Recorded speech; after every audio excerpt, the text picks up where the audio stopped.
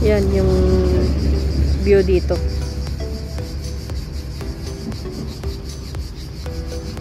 Lakad kami papunta.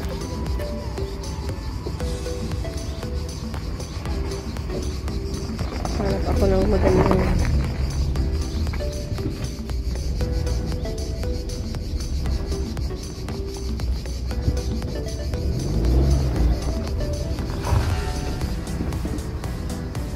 so kung nakikita nyo yun guys, doon yung pinuntahan natin na ano, yate kanina, parents ng amo namin.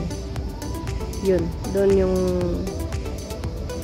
port, yung port nila, private port. So yan, nalayo lang natin para makita yung view. So ito yung view dito sa taas guys. Ito yung gusto kong puntahan para ano, kasi maganda daw dito yung sunrise. Kaso nga lang, yun nga, ano sa oras, medyo malayo-layo rin ito pag nilakad mo kasi. Yan, ganda yung dagat guys.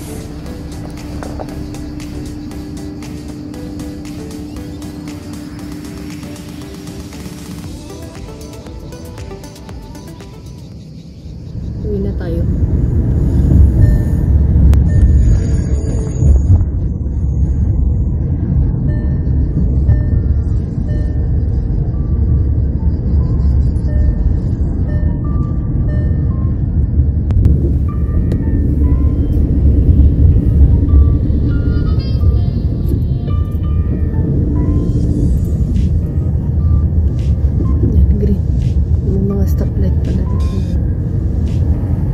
Dire-diretso naman yata tayo kanina.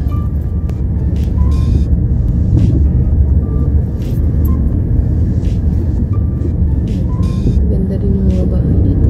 Malalaki.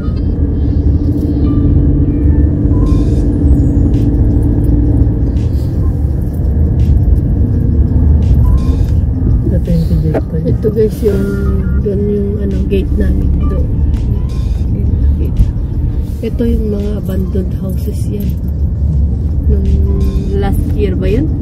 Last year may nagbigti dyan na dalaga. Ginamit yung ano, belt niya. Yan. Papakita ko sa inyo kung saan yung location niya. Kung saan pwesto siya nagbigti.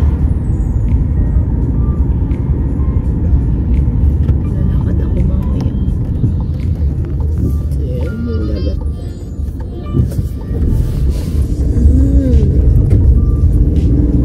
Basta po mamaya lalakad ako punta doon sa Mila.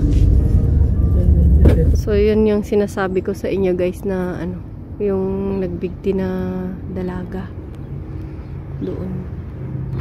Ano, ginamit niya yung belt na pinagbigti guys.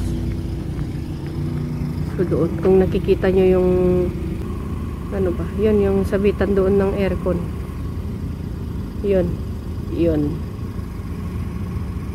Doon niya sinabit guys yung belt niya. Kaya pag dito ka sa kalsada, makikita mo talaga siya. Yan. Sinayang yung mga houses dito. Ang daming na-abandoned na mga bahay.